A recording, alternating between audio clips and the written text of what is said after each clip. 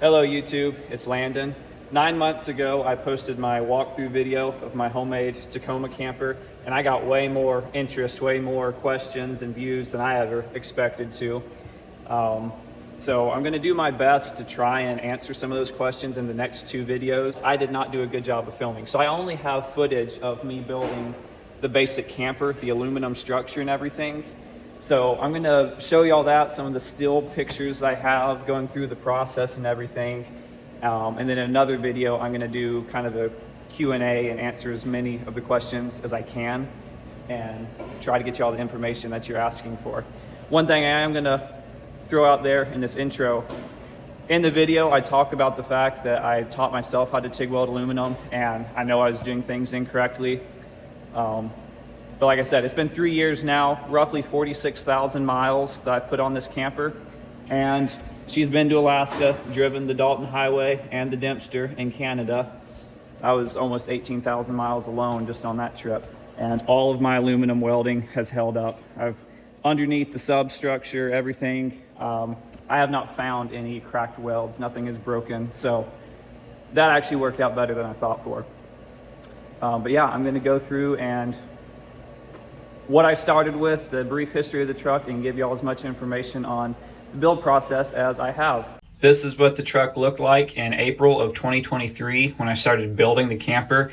I had already built the front and rear bumpers. They're both plate kits from Coastal Off-Road that I welded together and made my own modifications to fit my needs. And I wanted the camper to match this rear bumper. So it was honestly a huge deciding factor for a lot of the rear angles and added complexities of the camper build. And I had a bent leaf hanger, so that's what I'm starting on here, is fixing that leaf hanger. Leaf hangers are on, they're welded in there. I got a little excited, painted them all up, and then remembered I needed to just put some spot welds on the factory pins or rivets, whatever you wanted to call them, that hold this big cross member in. I don't know why Toyota uses these, but instead of just welding them all the way around, they just do these rivets, pins, whatever you want to call them, and then stuff rusts, like this front hanger. So I'm trying to decide what I'm going to do there. It'd be better if they just welded it and didn't let water in between all that. So they're in there. I had the hangers on. I actually took the truck, drove it around the yard for a minute. I'm very pleased with it. It sits good, rides about the same. So that's perfect. In the meantime, while I'm waiting for those last couple welds to cool down, I've pulled the fuel sending unit, the pump and the little float for the gauge. It's over there. And I did that because I need to put in my fuel tank tap. This is for my Webasto gasoline heater. I have to cut this to length. Majority of people are running diesel heaters on their van builds and stuff. I don't really want to have to run an external tank, so I'm running just off my factory fuel tank. I pulled this so I can reach inside the tank. I think my tap's gonna go right there. So I need to reach in there to be able to tighten down this bottom nut and make sure it seals well. I did some looking, measuring, trying to find where I'm gonna level off of. And factory bed mounts are gonna be in the way. So I've already got the 2 back ones off. I dropped the fuel tank because I didn't want all the sparks and welding and everything that close. Got wet rags over the charcoal canister. So while I'm up here cutting and welding, I had previously mentioned how much I hate Toyota's design with all this rust and the pins and rivets and stuff. So I already changed rear shackles. I'm just gonna do the same on the front. I've already got this side cut off and cleaned up. So I'm gonna get some, probably just 3/16 or 1/4 inch plate, whatever I have. And we'll just make another little eyelet, same as you do on the back, and run it up probably all the way to the top of the frame and just have welds down each side. Cover up this hole so that there's not salt and water and whatever causing rust in there. And then I will figure out what I'm gonna do for my platform mounts.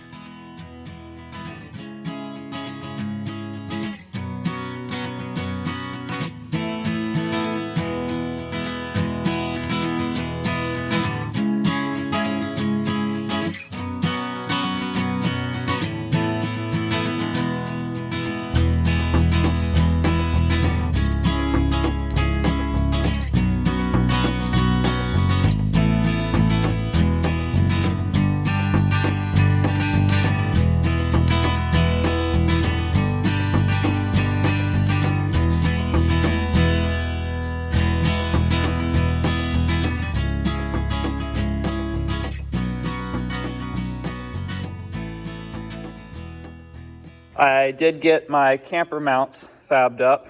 Got some 3-inch channel, 3/16 plate on top, 1/2 inch drilled out for my mounting bolts.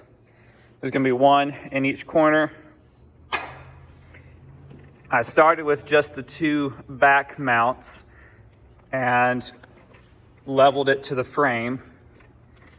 So if you look there, the lighting's pretty bad in here, but they're level, or at least maybe not level, but square to the frame rather.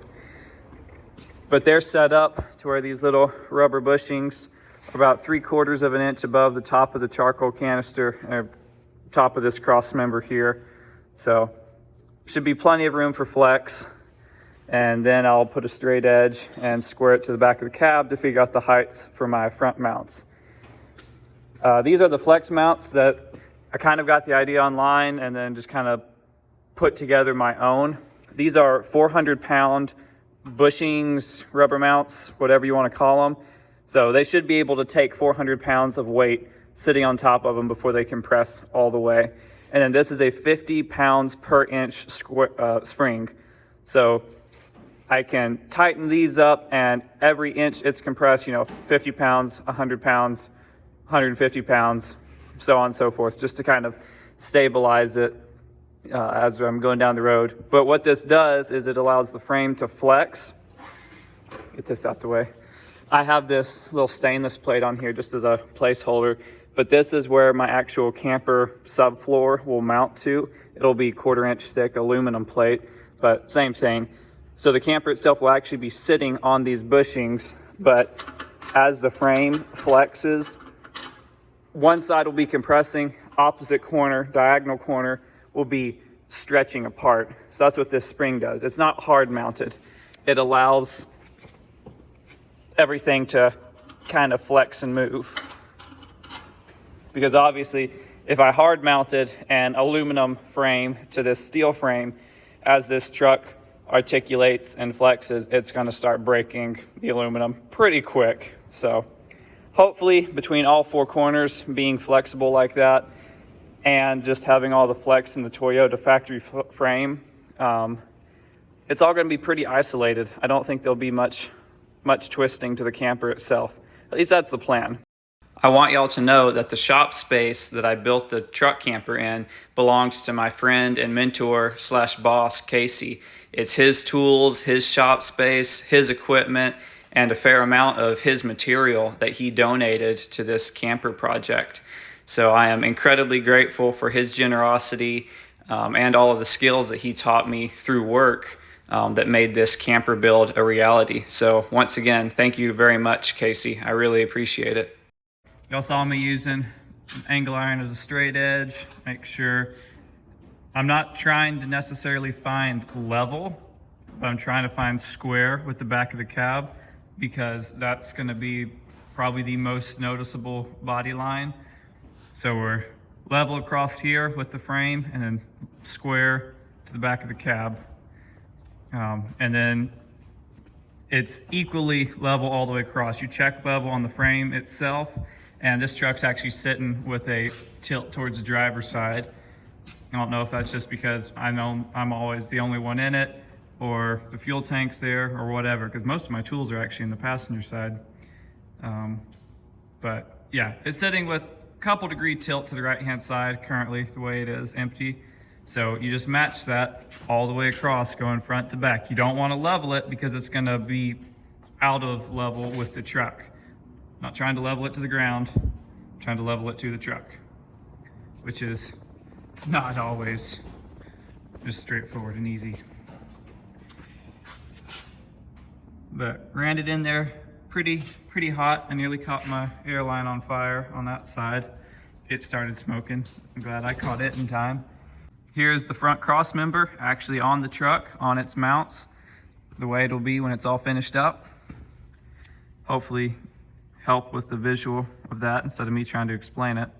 There is another stainless nut on the inside of this bushing, as well as stainless washers top and bottom.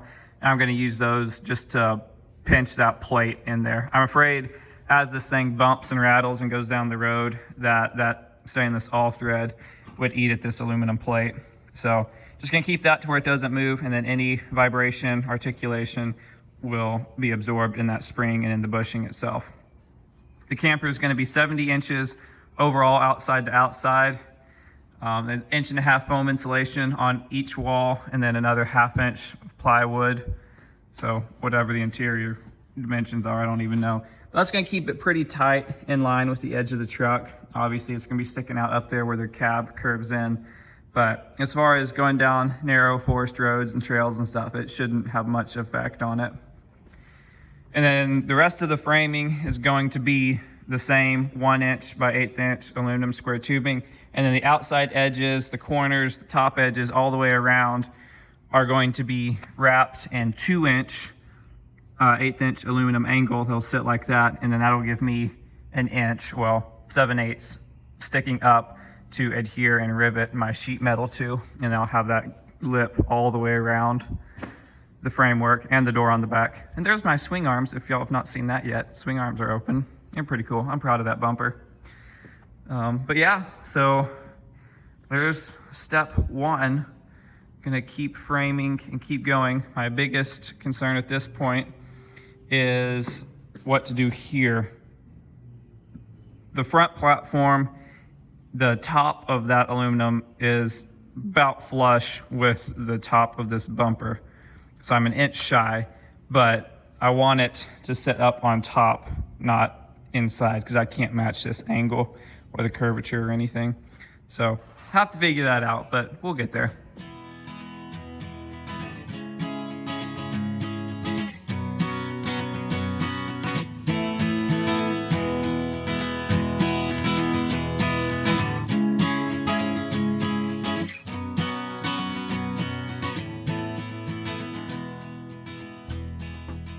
I did not film hardly at all today. I was struggling enough as is trying to figure out how to weld the aluminum. So I just got rocking and rolling and started making progress. So I just kept rolling with it, but I'll bring y'all up to date right now. So that is about 3/4 of my subframe. It's all welded on all 4 sides. Got the beginning of my wheel well going up there.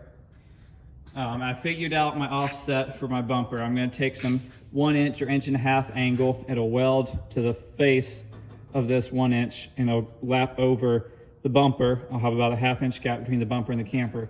And then my 2 inch angle to match the wheel well will sit on top of there going that way. So from the outside, it'll look completely seamless, no problems whatsoever.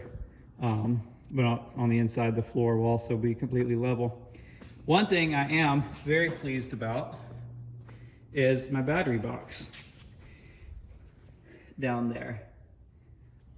I decided I was trying to find a place to put the batteries, so I decided I was gonna sink them down in the floor here. I've got enough room.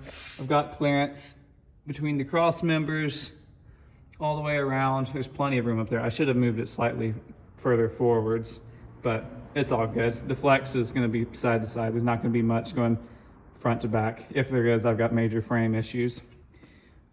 So those cross members right there should be perfectly fine. But that's gonna have 1 inch foam insulation all the way around to help protect the batteries from the cold and from the heat slightly. I'm not worried about the heat, but the cold is the big thing, especially with those lithium batteries. The exhaust is right there.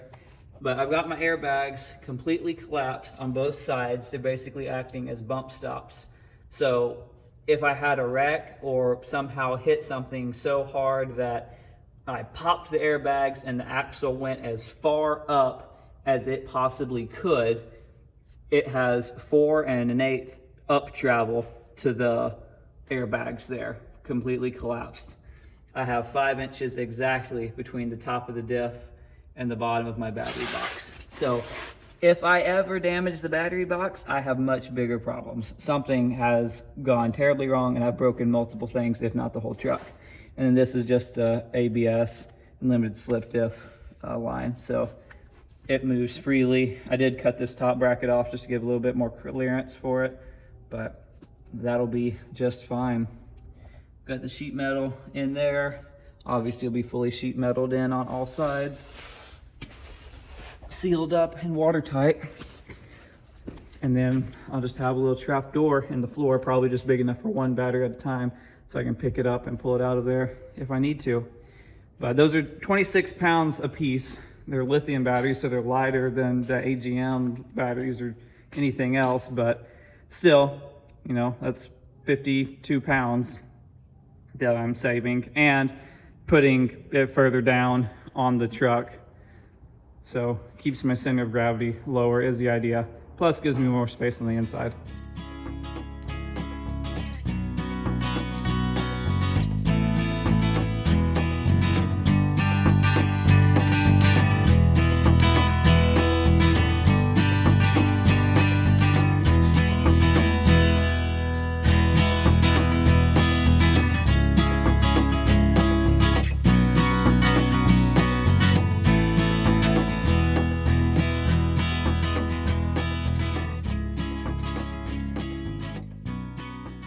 This is what I came up with, just to kind of give you all a better idea. This is where the bumper sits behind the rear axle.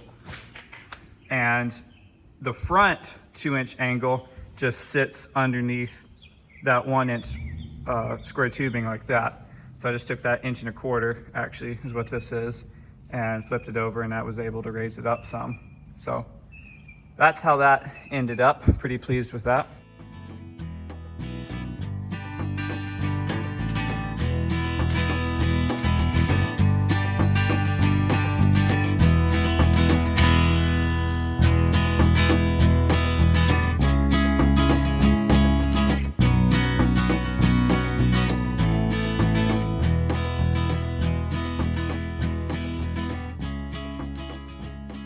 You saw me in the time lapse weld up the verticals.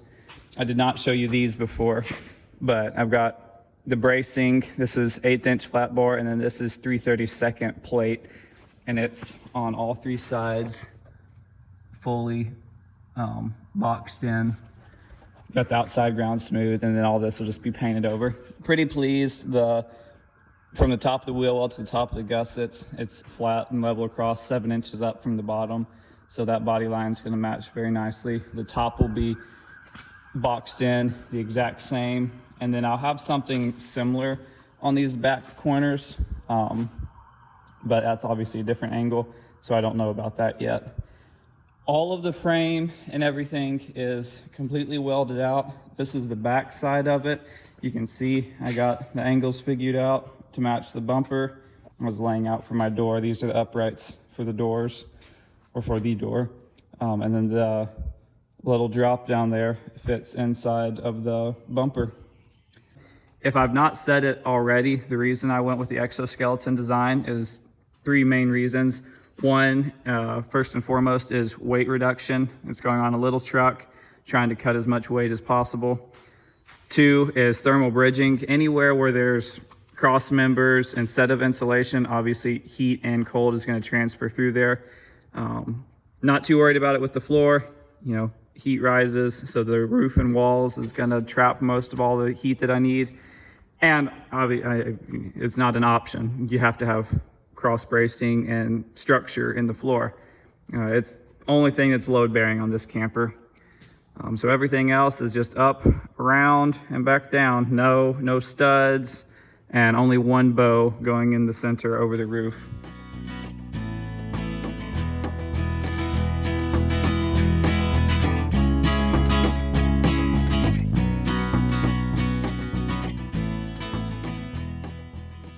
These triangles, or at least the one on this side, clamped on there, ready to tack in place, so it'll match the bottom, just like I had said before. I'm going to get these both on here, fully weld those out, and then I'm going to go work on my door, and we should be able to set this, hopefully, by this afternoon. I do want to throw a quick disclaimer in here. And for those of you that know how to weld aluminum or know anything about welding aluminum, it's going to be pretty obvious. I don't know how to weld aluminum. There's been a massive learning curve throughout this project. When I was at school, I did just enough aluminum welding to learn that I sucked at it, and it was very difficult. So I had to relearn a lot and figure out kind of on my own with the help of YouTube how to do a lot of this stuff. So when you see, you know, the smoke coming out, it's not supposed to do that. You're not supposed to ever use a wire brush for aluminum welding, and I know that. I'm not arguing with anyone against that.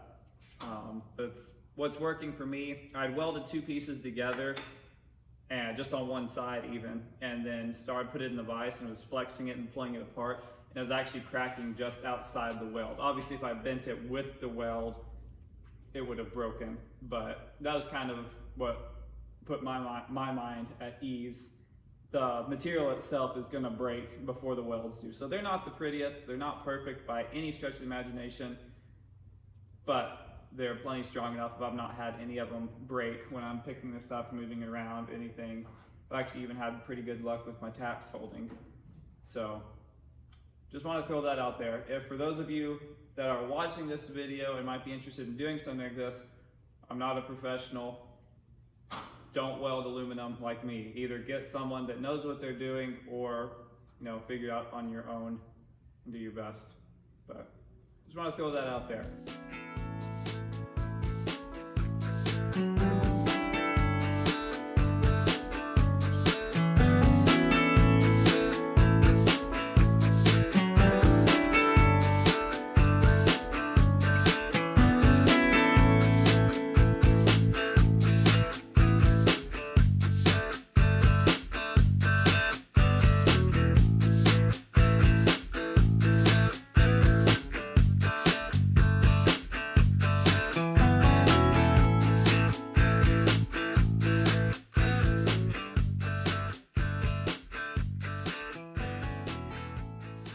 But it is now sitting back on the truck, and I just ripped down my front piece of sheet metal. This is 0.05 thickness sheet metal, and this will be the first time y'all actually get to see kind of the body lines. The sun's reflecting off of it, so you can't see the corners very well, and the truck's filthy.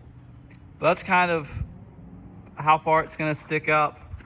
It's actually a little bit narrower than the truck, which is kind of what I was planning on. That way the only thing I have to think about or watch out for when driving off-road trails in national forests and stuff are these corners. Past that, if the mirrors fit, then I'm good to go. But yeah, might rip down a few more pieces of sheet metal. This is all gonna be glued and riveted in. Obviously, if you start welding that, it's just gonna warp and twist the whole thing. But yeah. And then I'll also have the pass-through going through here. It'll go for paint first. I'm gonna get all the sheet metal in, the door in, all that. It'll go get painted, and then I will cut the pass-through in it, because the truck's also getting painted, so I don't want any more open areas than there has to be. I've got this 6-inch aluminum pipe, 1/8 wall, and I've got 4 of them. These are my taillight buckets. They're cut at a 35-degree angle, and they are going to offset the angle of the bumper and the camper. Bumper and the camper match angles just to keep the body lines nice and clean, keep the reveal really nice. It's gonna look sharp. I'm gonna have 2 on each side. They're gonna be stacked vertically. It's gonna give a really nice, almost retro style look to it, or at least that's the goal. And then I've got these bent out, or sheared and broke. It's 1/8 inch, 1/8 inch thick, 4-inch flat bar is what it would compare to. I've got a set bent at 145 degrees and a set bent at 125 degrees. And that combination of the angles matches the bumper and all that. For those who are paying close attention, you see this is too long. As I was building this, it was very much a figure it out as you go type build. So I had to shrink this bottom angle down. I have not yet cut this to match. So it will match. I know it's an issue, but that will get cut down. And then my taillights will just weld onto those. It's gonna look really, really clean. And I think it's gonna look awesome. These are the taillights that I'm using. It's got the integrated reverse light there in the center. But obviously, I mean, that goes straight through the pipe. This is slightly less than a 6-inch or less than a 5 3/4 inch diameter. This is 6-inch pipe. So I need to cut a ring to fit inside the pipe so that this has something to bolt to.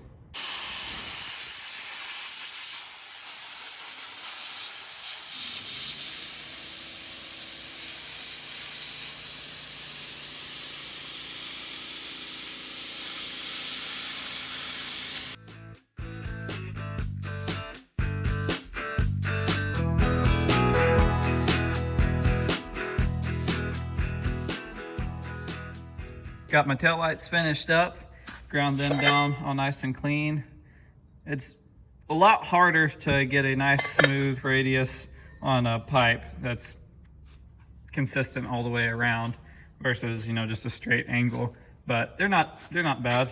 I'm pretty happy with them, and by the time they're line next, they'll be perfect.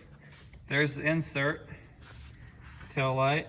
Got a little bit of wiggle room so I can get them perfectly centered. So very, very pleased with that. It has actually been like 4 hours since I was welding those and finished them, because I have been fitting and adjusting and trimming and squaring and all of the words. I saved you all the monotony of that. It is not yet welded, or some of it's welded. It's not fully welded. It's a lot's tacked in there. You can see I've got my angles in there.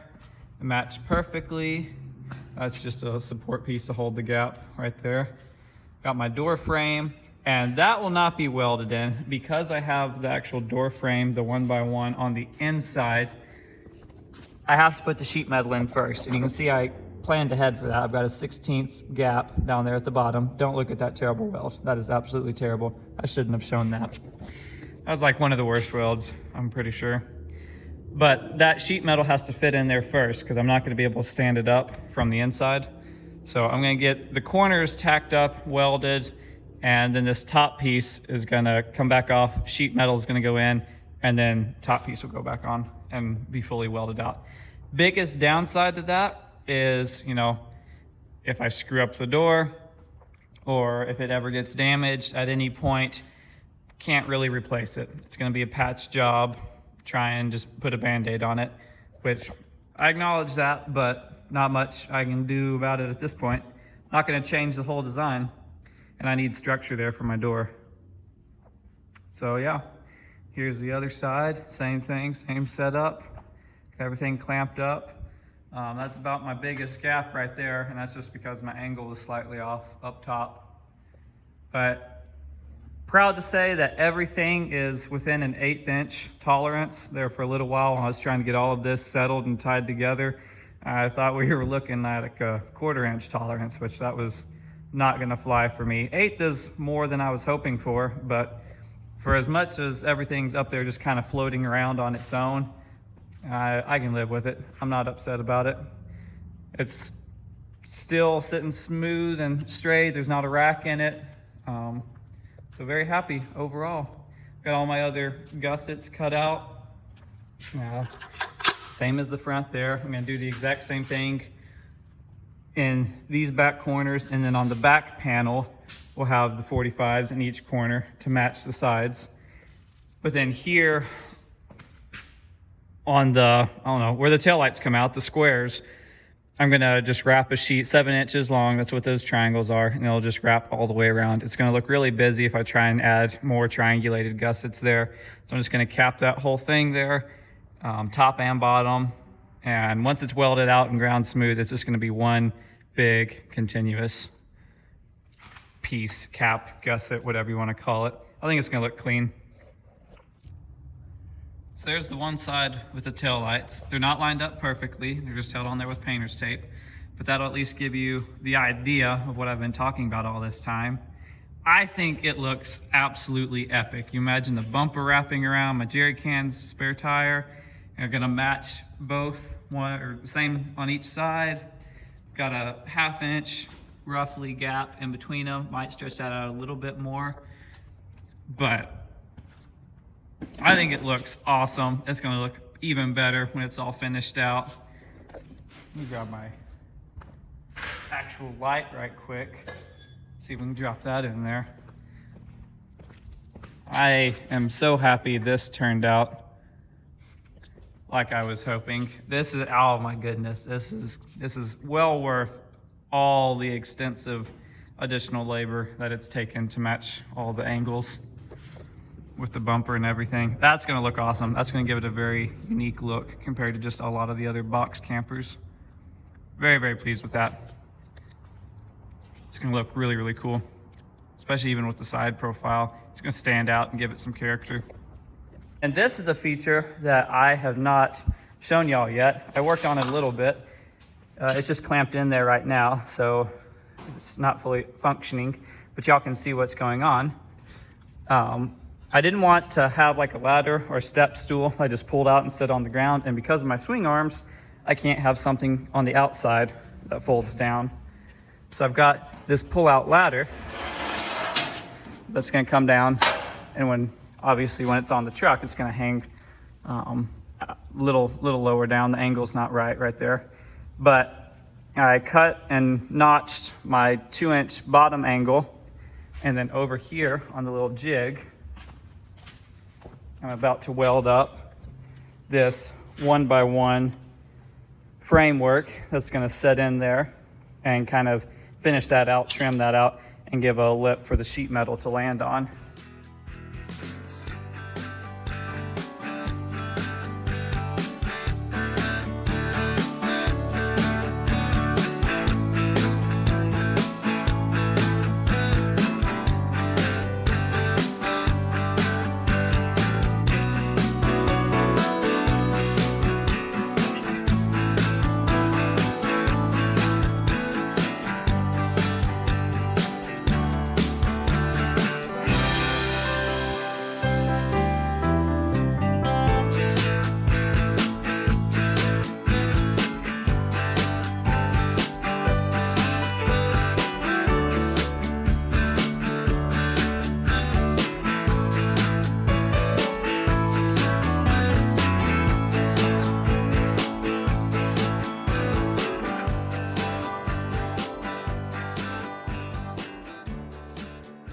I did cut my door out.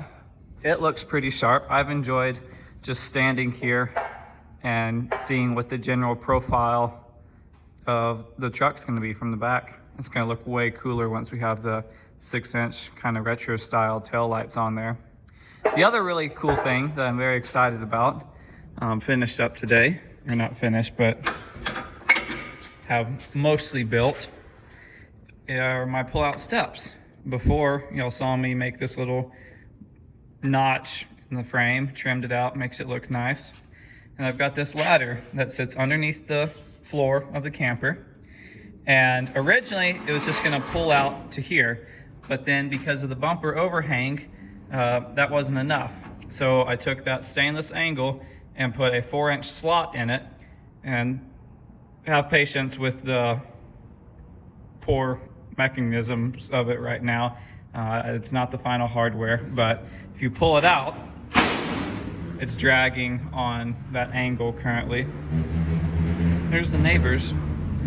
And that drops down, and now I have steps anywhere I want to go, anywhere I camp. And I mean, those aren't even fully mounted up front, and obviously it'll help balance it down once there's weight in it. But I can step up here on the camper.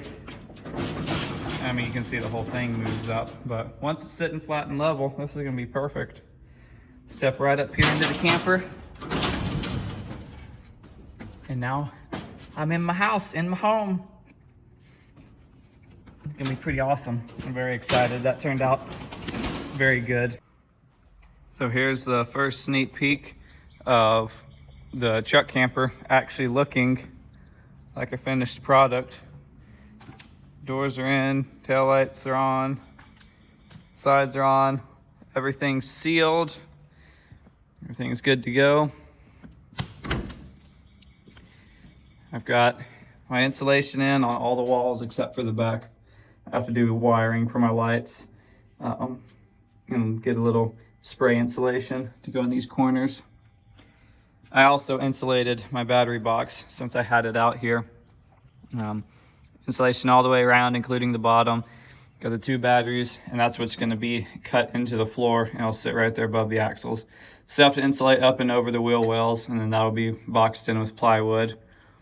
But yeah, the roof goes all the way across. It went up first, the ceiling did, and then the sidewalls went on. So I've got 1.5 inch insulation all the way around.